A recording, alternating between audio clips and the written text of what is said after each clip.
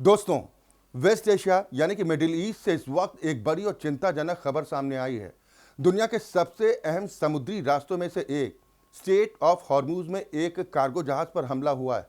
बताया जा रहा है यह जहाज थाईलैंड का था और भारत के गुजरात की तरफ आ रहा था। लेकिन जैसे ही यह जहाज ओमान के पास इस समुद्री रास्ते से गुजर रहा था, तभी उस पर प्रोजेक्टाइल से हमला कर दिया गया। मिली जानकारी के मुताबिक यह घटना 10 मार्च की देर रात लगभग 11:40 स्थानीय समय के आसपास हुई। जहाज उस समय गल्फ ऑफ ओमान के पास स्टेट ऑफ हॉर्मूज के एंट्री पॉइंट के करीब था और तभी अचानक जहाज के पिछले हिस्से की तरफ एक जोरदार धमाका हुआ।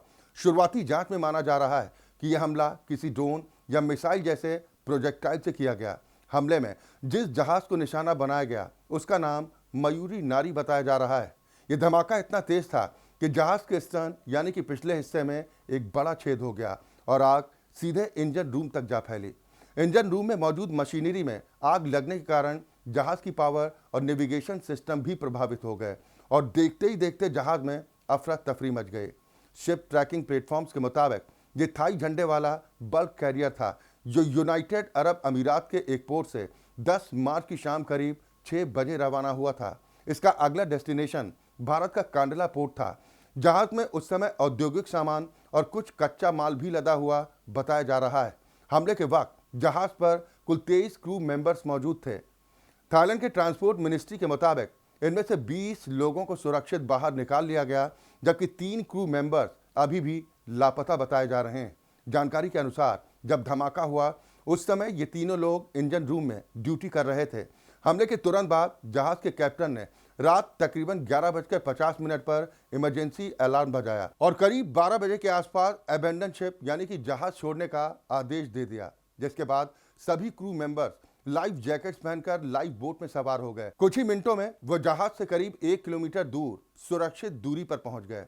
करीब रात 1:20 पर पास से गुजर रहे एक कमर्शियल जहाज ने इस लाइफ बोट को स्पॉट किया और इसके बाद इंटरनेशनल मैरीटाइम रेस्क्यू नेटवर्क को अलर्ट भेजा गया। कुछ देर बाद ओमान और क्षेत्रीय समुद्री एजेंसियों की मदद से रेस्क्यू ऑपरेशन शुरू किया गया। इस पूरे मामले पर रॉयल थाई नेवी भी लगातार नजर बनाए हुए। थाई नेवी की ओर से कहा गया कि इंटरनेशनल एजेंसियों के साथ मिलकर सर्च एंड रेस्क्यू ऑपरेशन चलाया जा रहा है और लापता 3 क्रू मेंबर्स को ढूंढने की कोशिश लगातार की जा रही है। इधर भारत सरकार ने भी इस घटना पर तुरंत प्रतिक्रिया दी। मिनिस्ट्री ऑफ एक्सटर्नल अफेयर्स ने 11 मार्च की रात करीब 9 बजे बयान जारी करते हुए कहा कि भारत के कांडला पोर्ट की ओर आ रहे थाई जहाज पर हमले की खबरों को सरकार ने बेहद गंभीरता से लिया है। भारत ने अफसोस जताया कि वेस्ट एशिया में चल रहे संघर्ष के बीच अब कॉमर्शियल जहाज़ों को भी निशाना बनाया जा रहा है। विदेश मंत्रालय के प्रवक्ता रणधीर जायसवाल ने बताया कि 11 मार्च को इसी इलाके में 2 और जहाज़ों पर हमले की घटनाएं सामने आईं। इन हमलों में 2 भारतीय नागरिकों की मौत हो गई, जबकि एक भारतीय नागरिक अभी भी लापता बताया जा रहा है। अब जरा समझ लेते हैं कि स्टेट ऑफ हॉर्मूज आखिर इतना अहम क्यों है। दरअसल ये समुद्री रास्ता फारस की खाड़ी को अरब सागर से जोड़ता है और दुनिया की एनर्जी सप्लाई के लिए इसे लाइफलाइन माना जाता है। दुनिया का करीब 20% कच्चा तेल और नेचुरल गैस इसी रास्ते से होकर अलग अलग देशों तक पहुंचता है। मिडिल ईस्ट के बड़े तेल उत्पादक देश जैसे सऊदी अरब, यूनाइटेड अरब अमीरात, कुवैत और इराक अपना तेल इसी समुद्री रास्ते के जरिए दुनिया भर में भेजते हैं और यही वजह है कि इस इलाके में जरा सा भी तनाव पूरी दुनिया की ऑयल सप्लाई को प्रभावित कर सकता है। और अब इन हमलों के बाद जहाज़ों की आवाजाही पर असर पड़ना शुरू भी हो चुका है। कई शिपिंग कंपनियों ने इस रास्ते से गुजरने वाले जहाज़ों को फिलहाल अलर्ट मोड पर डाल दिया है। इस बीच ईरान की तरफ से भी सख्त बयान सामने आया। तेहरान के सैन्य मुख्यालय खात्मल अंबिया के प्रवक्ता इब्राहिम ज़ुल्फ़कारी ने चेतावनी दी है कि अगर इलाके में जंग बढ़ती है तो कच्चे तेल की कीमत $200 प्रति बैरल तक पहुंच सकती है। उन्होंने कहा कि ईरान अब सिर्फ जवाबी हमलों तक सीमित नहीं रहेगा, जरूरत पड़ी तो विरोधी देशों के खिलाफ लगातार सैन्य कार्रवाई की जाएगी। साथ ही उन्होंने ये भी कहा कि ईरान उन देशों तक तेल पहुंचने नहीं देगा जो उसके खिलाफ कार्रवाई में शामिल हैं, जिनमें यूनाइटेड स्टेट्स और इजराइल जैसे देश शामिल बताए जा रहे हैं। कुल मिलाकर मामला सिर्फ एक जहाज पर हमले का नहीं है, बल्कि ये दुनिया के सबसे अहम समुद्री रास्तों में बढ़ते तनाव का संकेत है।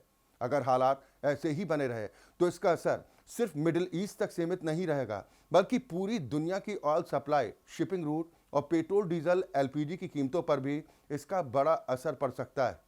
फिलहाल पूरी दुनिया की नजरें इसी इलाके पर टिकी हुई हैं और आने वाले कुछ दिन ये तय करेंगे कि हालात शांत होते हैं या फिर ये तनाव किसी बड़े संकट में तब्दील हो जाता है। लेकिन दोस्तों, यहाँ सबसे बड़ा सवाल यही है कि क्या मिडिल ईस्ट का ये तनाव अब सीधे दुनिया की अर्थव्यवस्था को प्रभावित करने वाला है? क्योंकि जिस इलाके में यह हमला हुआ है, यानी स्ट्रेट ऑफ हॉर्मूज, वही रास्ता है जहां से दुनिया का करीब 20% तेल गुजरता है। ऐसे में अगर यहाँ हमले बढ़ते हैं या जहाज़ों की आवाजाही बाधित होती है, तो इसका सीधा असर पूरी दुनिया की ऑयल सप्लाई और ईंधन की कीमतों पर पड़ सकता है। भारत जैसे देशों के लिए यह स्थिति और भी गंभीर हो सकती है, क्योंकि भारत अपनी ज़रूरत का बड़ा हिस्सा कच्चे तेल का आयात करता है और अगर मिडिल ईस्ट में तनाव बढ़ता है तो पेट्रोल, डीजल और एलपीजी की कीमतों पर दबाव बढ़ना लगभग तय माना जा रहा है। ऐसे में अब पूरी दुनिया की नज़रें इस बात पर टिकी हैं कि आने वाले दिनों में मिडिल ईस्ट में हालात शांत होते हैं या फिर ये टकराव और बड़ा रूप अख्तियार करता है।